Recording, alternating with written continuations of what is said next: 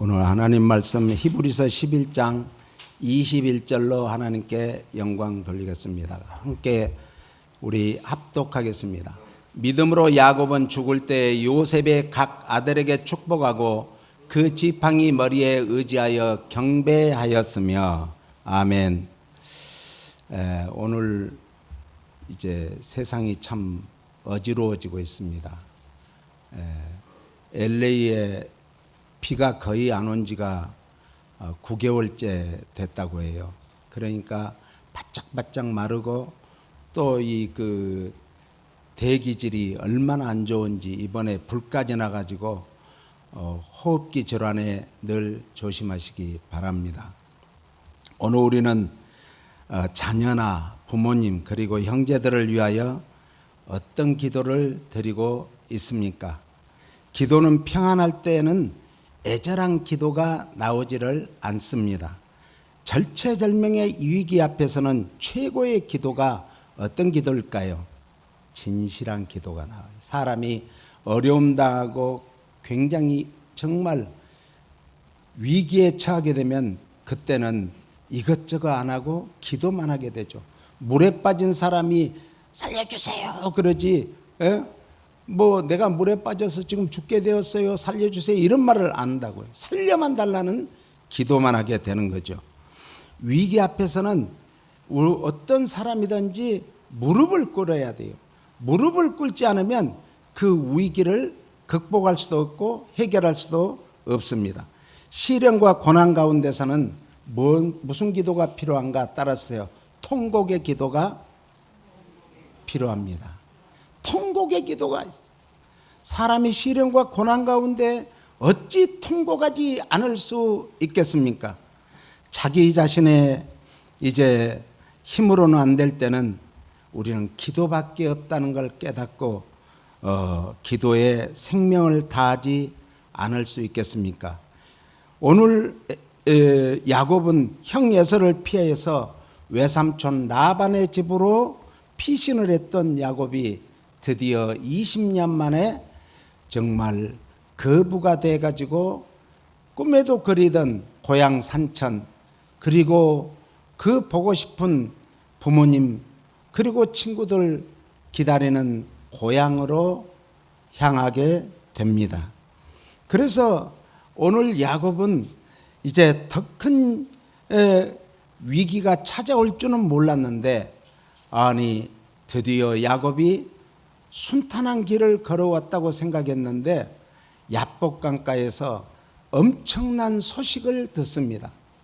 형 에서가 400명의 군대를 데리고 자기를 잡으러 온다는 얘기를 듣고 깜짝 놀랐습니다. 그래서 이제 창세기 32장 7절에는 이렇게 말합니다. 같이 읽겠습니다. 야곱이 심히 두렵고 답답하여 자기와 함께한 종자와 양과 소와 약대를 두 떼로 나누고 심히 두렵고 답답했다고 했어요. 그래서 야곱이 이제 즉각적으로 한 행동이 뭔가 자기 소유의 두 떼를 나누게 됩니다. 왜 이렇게 됐는가?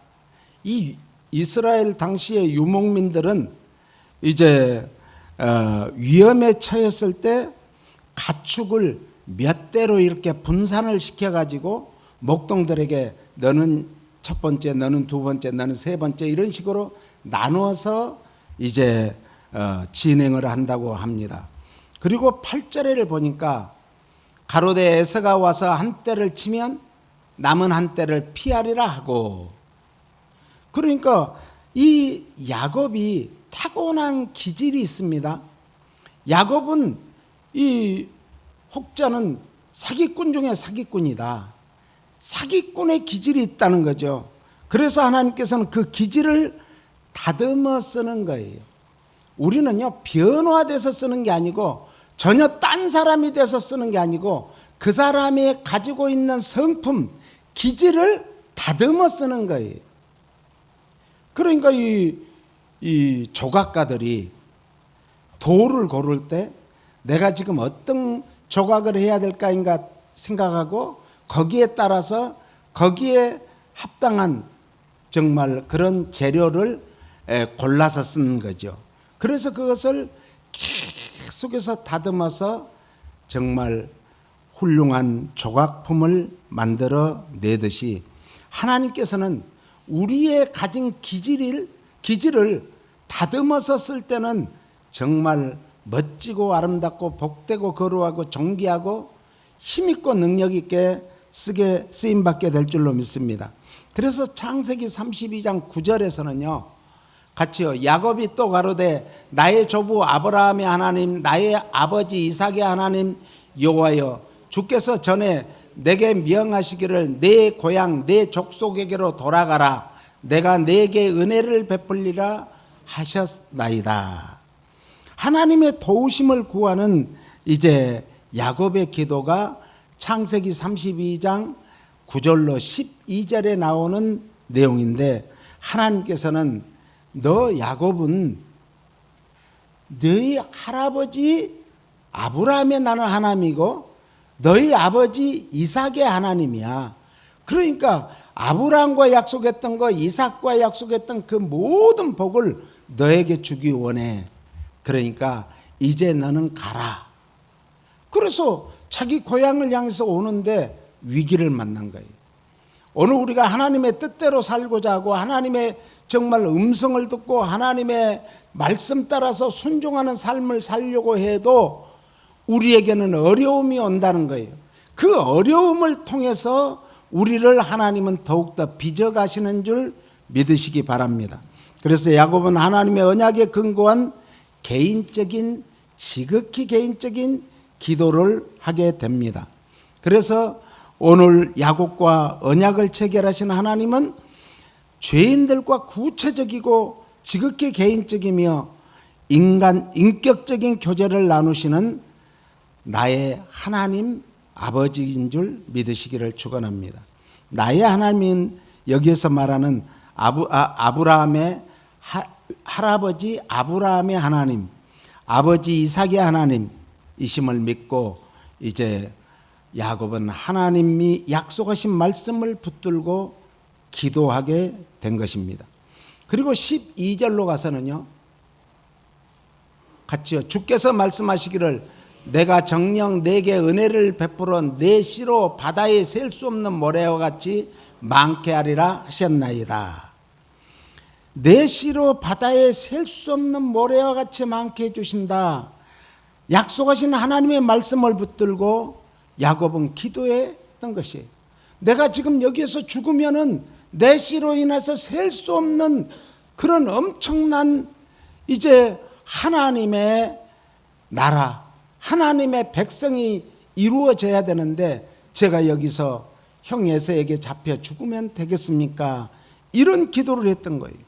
풍전등화 같은 위기 앞에 있는 야곱은 후손의 언약을 붙들고 구원을 호소하는 기도를 드리고 있는 거예요. 오늘 우리도 어려움을 당했을 때는 하나님의 말씀에 뭐라고 약속했는가, 이 약속의 말씀을 붙들고 기도해야 될 줄로 믿습니다. 그래서 창세기 28장 13절로 15절까지는요 같이요. 또 본즉 여호와께서 그 위에 서서 가라사대 나는 여호와니 너의 조부 아브라함의 하나님이요 이삭의 하나님이라.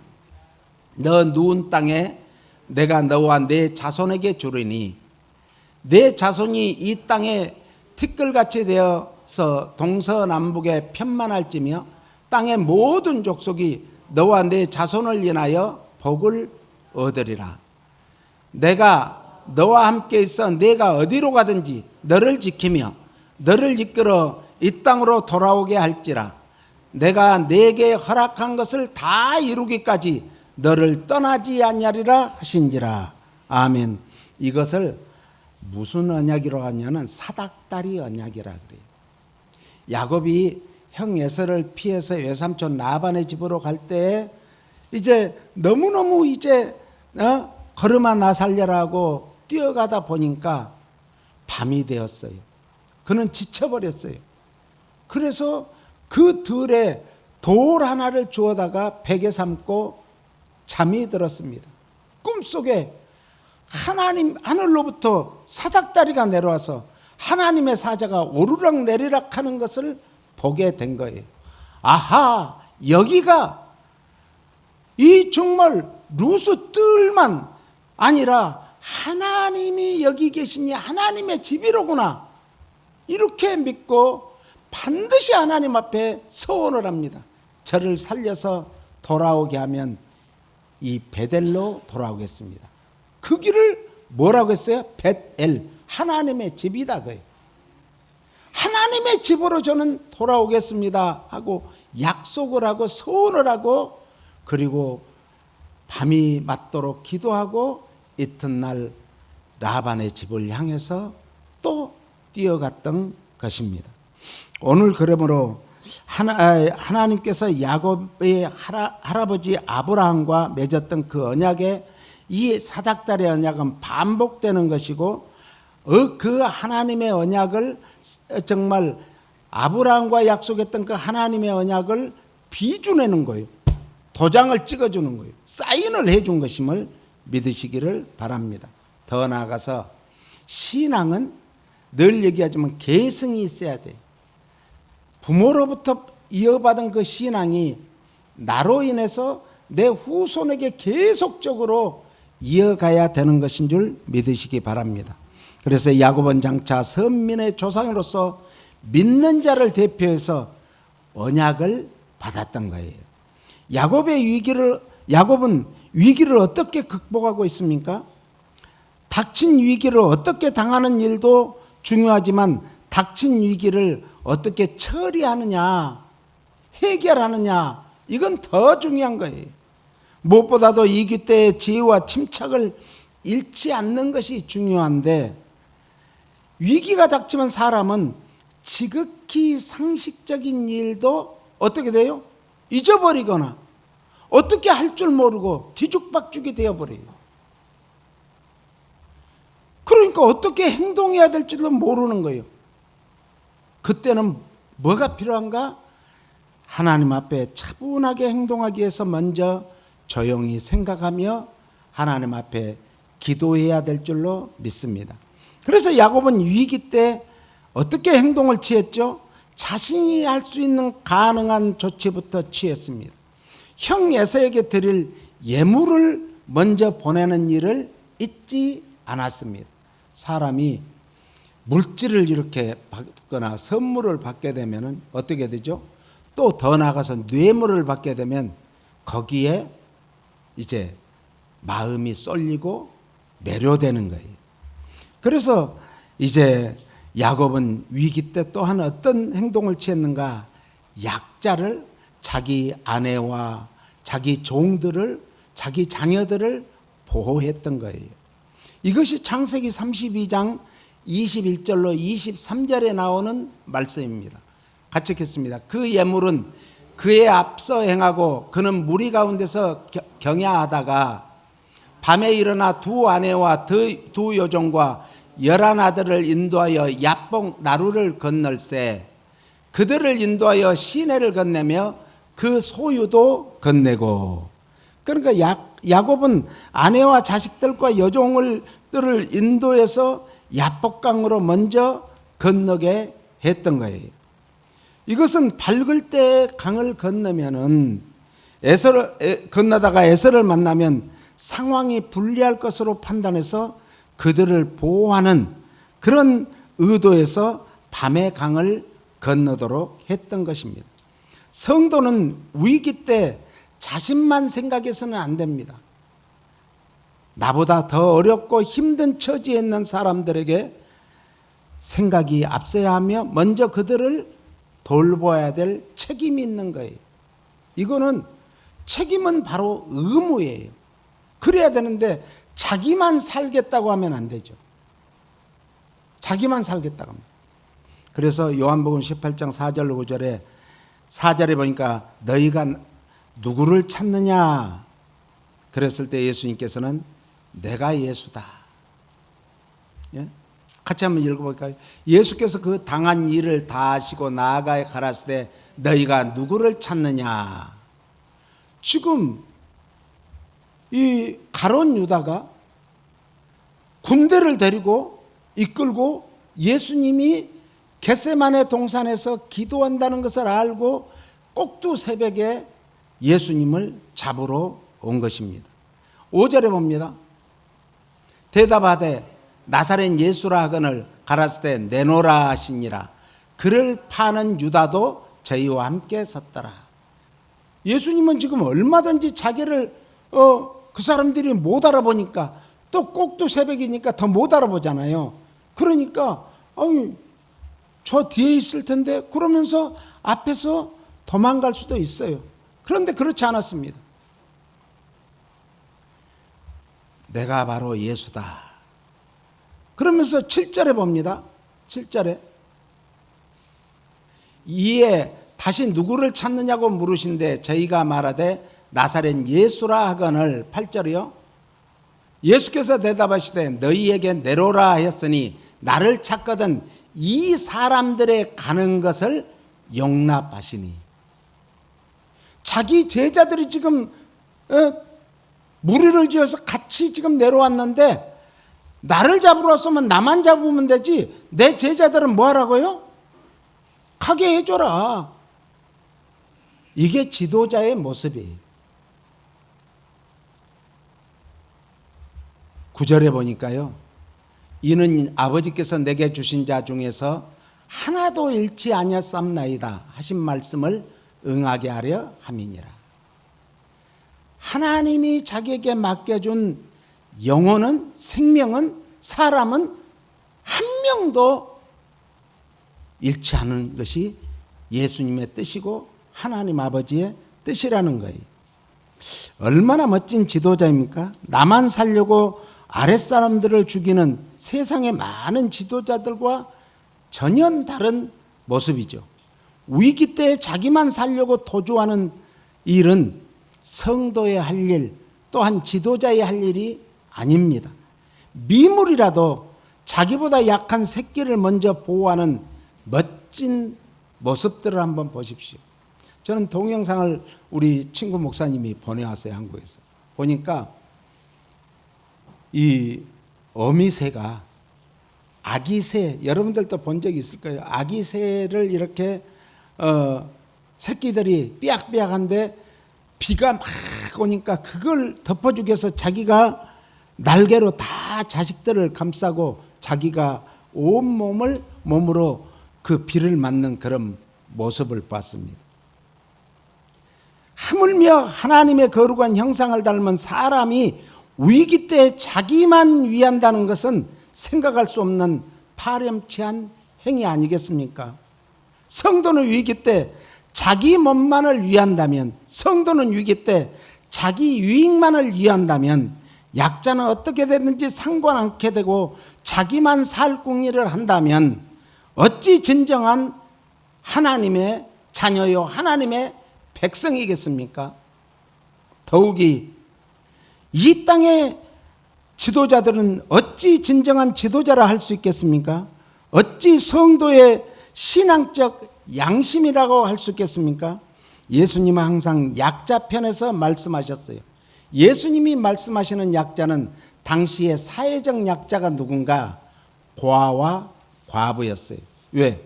고아와 과부는 아무에게도 도움을 받을 수 없는데 더욱이 국가에서, 정부에서 좀 이렇게 도와줄 수 있는데 고아와 과부는 당시에 가장이 없으면 고아와 과부는 내버려뒀어요.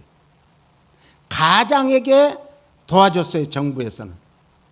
그래서 가장 사회적 약자가 당시에는 고아와 과부였기 때문에 예수님은 어디를 가든지 고아와 과부를 불쌍히 긍휼히 여기라고 말씀하셨습니다. 예수님은 십자가에서 피 흘려 고통 중에도 저들을 불쌍히 여겨달라고 기도했습니다. 그리고 자기 어머니를 제자 요한에게 내 어머니다, 그 어머니를 부탁하셨습니다. 오늘 야곱은 창세기 32장 24절부터 이렇게 말씀합니다. 같죠? 야곱은 홀로 남았더니 어떤 사람이 날이 새도록 야곱과 씨름하다가 그 사람이 자기가 야곱을 이기지 못함을 보고 야곱의 환도뼈를 치매, 야곱의 환도뼈가 그 사람과 씨름할 때에 위골되었더라. 창세기 32장 24절로 32절까지는 야복 강가에서 우리가 잘 아는 야곱의 씨름에 대해서 나오는 내용입니다. 특별히 이제 그 다음에 봅니다. 그 사람이 가로되 날이 세려하니 나로 가게 하라. 야곱이 가로되 당신이 내게 축복하지 아니하면 가지 아니하겠나이다. 27절. 그 사람이 그에게 이르되 내 이름이 무엇이냐? 그가 가로되 야곱이니이다. 참 여기에서 굉장한 영적인 의미가 있습니다. 하나님께서는 오늘 또 우리의 이름을 어디에 새겨놓고요? 손바닥에 새겨놓고 우리의 이름을 부르시며 애통하며 기도하시는 줄 믿으시기 바랍니다. 오늘 우리의 모습은 어떻습니까? 옛 모습 그대로이십니까? 옛 성품 그대로이십니까? 옛 사람 그대로이십니까? 오늘 우리는 새 사람을 입어야 되는데 새 사람을 입기 위해서는 하나님 말씀 안으로 깊이 들어가고 예수님의 인격 안에 깊이 들어가 보면 우리의 인격이 잘못됐다는 걸 알아요. 그래서 예수님의 인격을 닮아가는 것이 신앙생활이고 새 사람의 신앙생활인 줄 믿으시기 바랍니다. 그래서 야곱은 필사적으로 씨름하면서 환도뼈가 부러질지라도 하나님께 기도하며 나를 반드시 축복해 줘야 됩니다. 왜? 내가 복을 받아야 내 후손들에게 축복해 줄 수 있기 때문입니다. 이런 뜻입니다. 야곱의 씨름은 무엇을 의미합니까? 이 먼지를 일으키다 이런 뜻이에요. 히브리어로 이 아마크라고 하는데 야곱의 씨름이라는 것은 먼지를 일으켰다. 씨름을 한다는 것은 얼마나 힘든 일이에요. 천하장사가 되는 게 쉬운 게 아니에요. 그런데 천하장사는커녕 이길 수 없는 싸움이에요. 이길 수 없는 싸움. 고등학생이, 한 학생은 중학생인가 아마, 이 거인이에요. 헤비급이에요. 그런데 다른 학생은 요 가슴밖에 안 차. 조금이에요. 그런데 씨름을 했는데 이겼어요. 씨름은 3번 하잖아요. 첫 번째 이기고 두 번째 지고 세 번째 이겼어. 야, 그 얼마나 멋져요. 세상 사람들은요, 강한 사람이 이기는 것은 당연한 것이고 약한 사람이 강한 사람을 쓰러뜨리는 것은 훨씬 더 대단한 거예요. 오늘 우리는 약합니까? 그러면 가장 강하신 주님 의지하시기를 바랍니다. 나의 등 뒤에서 나를 도우시는 주. 우리 주님은 우리보다 힘이 강하신 장수 중에 장수입니다. 그 대장 되신 예수님께서 날마다 우리의 등 뒤에서 우리를 도와주고 계십니다. 그러므로 우리가 무엇을 두려워하리요? 무엇을 무서워하리요? 무서울 게 없다는 거죠. 그러니까 먼지를 일으키다, 이것은 땅에 먼지가 일어날 정도로 격렬하게 몸싸움을 했다, 이런 뜻이에요. 또 라마크, 히브리어로 아마크는 먼지를 일으키는데 라마크는 단단히 붙잡았다, 이런 뜻이에요. 이것은 필사적으로 싸웠다, 끝까지 놓지 않았다, 이런 거예요. 우리는요, 실제 씨름하듯 영육간에 모든 힘을 쏟아 울면서 필사적으로 간구했다는 뜻입니다. 우리도 이렇게 내가 어려움을 당해서 힘들고 고통 중에 있다 할지라도 필사적으로 울면서 눈물을 흘리면서 정말 주님밖에 없습니다, 이 문제를 해결하실 분은 주님밖에 없습니다, 그런 심령으로 기도하면 우리 주님은 반드시 우리를 이기게 해주시고, 아니 야곱은 하나님과 씨름했을지라도 하나님이 져주신 거예요. 십자가를 앞에 두고 땀방울이 핏방울이 되도록 기도하셨던 겟세마네 동산에서의 기도하셨던 예수님은 그 기도는 생명을 건 결사적인 기도였습니다. 예수님은 겟세마네 동산에서 결사적으로 성령에 이끌려 성령의 능력을 의지해서 기도하셨던 것입니다. 헌신의 힘을 쏟아 씨름하듯 기도하셨습니다. 땀이 핏방울이 되듯이 기름을 짜듯이 기도하셨습니다. 야곱도 이 위기의 순간에 결사적으로 필사적인 기도에 마지막 승부를 걸었습니다. 기도에 승리하지 못하면 결단코 위기의 일을 극복하지 못할 것임을 믿으시기를 바랍니다. 오늘 우리와 우리 가정과 사업장에 문제가 있으십니까? 의심 다 버리고 확신을 가지고 결사적인 기도, 생명을 다하는 기도로 승리하시기를 바랍니다. 야곱은 결사적으로 기도한 결과 하나님과 겨루어 이겼음을 믿으시기 바랍니다. 마침내 야곱은 하나님의 축복을 받게 되었다라는 것이 오늘 야곱이 기도에서 승리한 결과물이었습니다. 창세기 32장 25절로 32절을 한번 읽겠습니다. 그 사람이 자기가 야곱을 이기지 못함을 보고 야곱의 환도뼈를 치매, 야곱의 환도뼈가 그 사람과 씨름할 때 위골되었더라, 부러졌더라 이 말이. 환도뼈라는 것은 엉덩이에 구멍이 났다 이런 뜻이. 허리 아래 이제 만져보면 넓적다리가 있잖아요. 넓적다리가 이제 있는데 그 아래 보면은 좀 움푹 패인 곳이 있죠. 그게 환도뼈예요.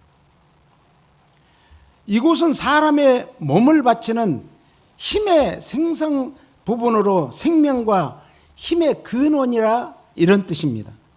그래서 야곱의 환도뼈를 쳐서 위골되게 하신 이유는 지금까지 네가 육적으로 네 꾀로 살았느냐, 그런 것을 의지하며 살았느냐,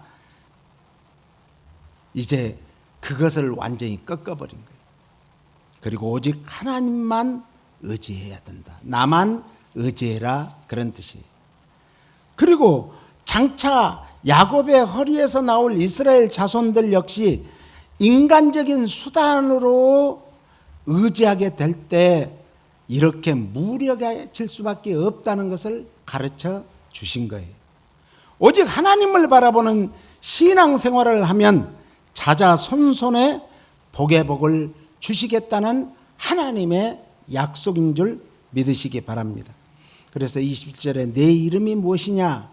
야곱이니이다. 야곱이라는 뜻은 발 뒤꿈치를 잡았다, 속이는 자, 이런 뜻이에요.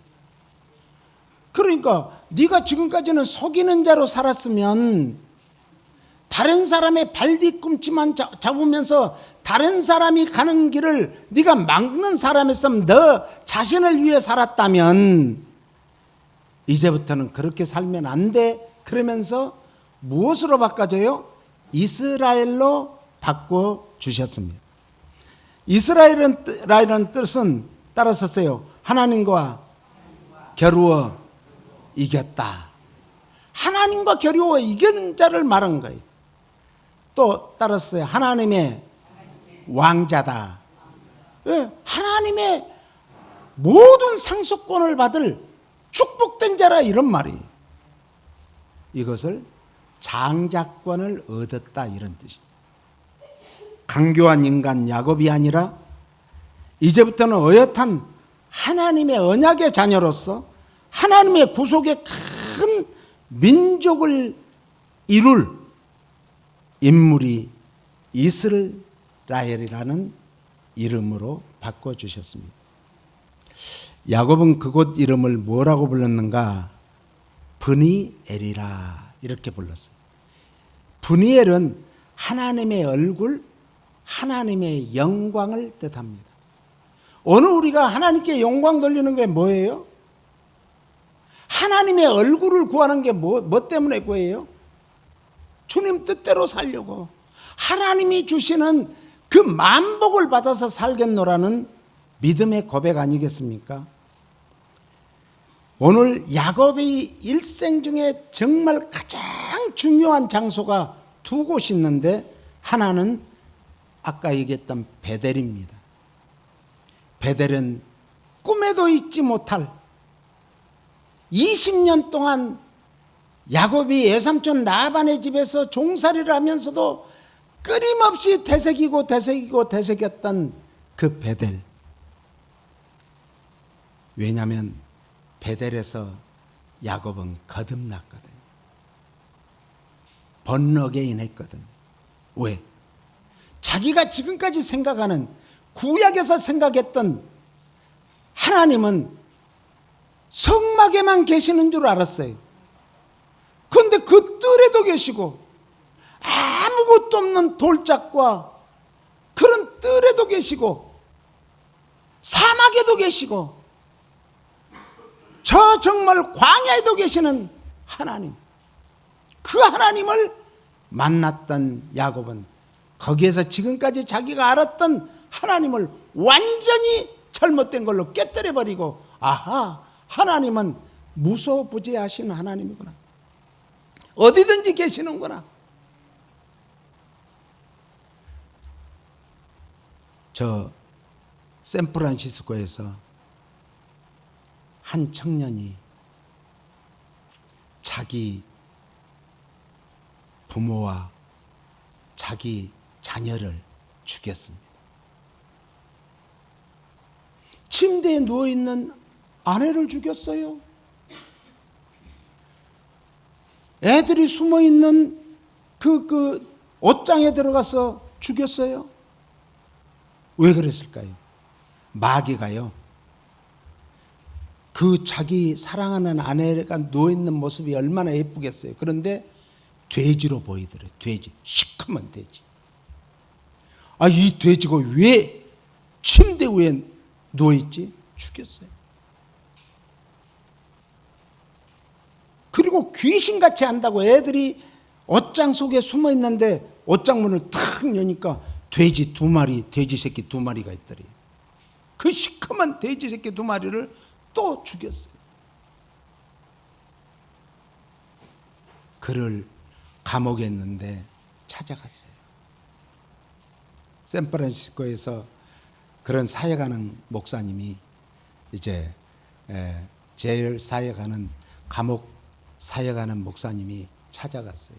계속 처음에는 받아주지 않더니 한 달, 두 달 되니까 이제 계속 사식을 넣어주고, 또 이렇게 성경책을 갖다 주고, 듣든지 안 듣든지 읽어주고, 이렇게 하면서 기도해주고 나오고 했더니 어느 날 그의 영안이 열린 거예요. 세상 모든 사람들이 짐승과 같이 보였는데 짐승이 아니라 너무도 선하고 좋은 사람들로 보이더래요. 그래서 그날도 이 목사님이 가니까 목사님이 손을 잡고 기도를 하는데 엉엉 울기 시작한 거예요. 목사님, 저는 감옥에 있는 사람들이 다 나쁜 사람으로 보이고 악마로 보이고, 목사님도 그렇게 보였는데 오늘 아침에 이 감옥에 있는 사람들이 다 선하게 보이고 좋은 사람으로 보이고, 목사님은 천사같이 보입니다 하면서 고백을 한 거예요. 그리고 예수님을 고백하고 그가 예수님을 믿고 구원함을 받고 했다는 그런 간증을 직접 들었습니다. 야곱이 거듭난 곳이 어딘가? 루스 뜰, 아무것도 없는 그곳이었습니다.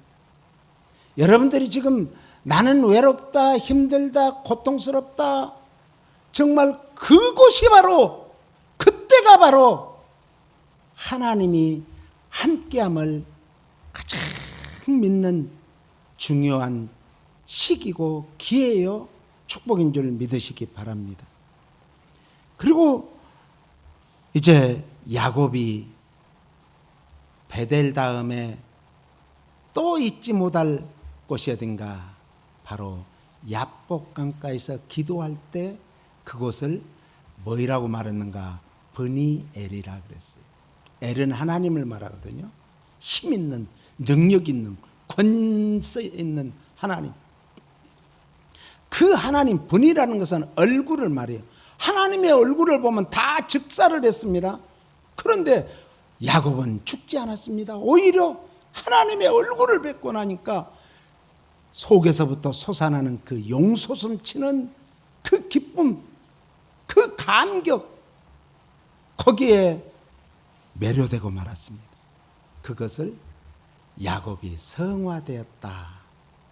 거듭난 장소와 야곱이 성화되어가는 그 장소였던 것입니다. 브니엘은 하나님의 면전에서 온전한 인격으로 들어간 그것이 성화예요. 오늘 우리가 거듭나야 합니다.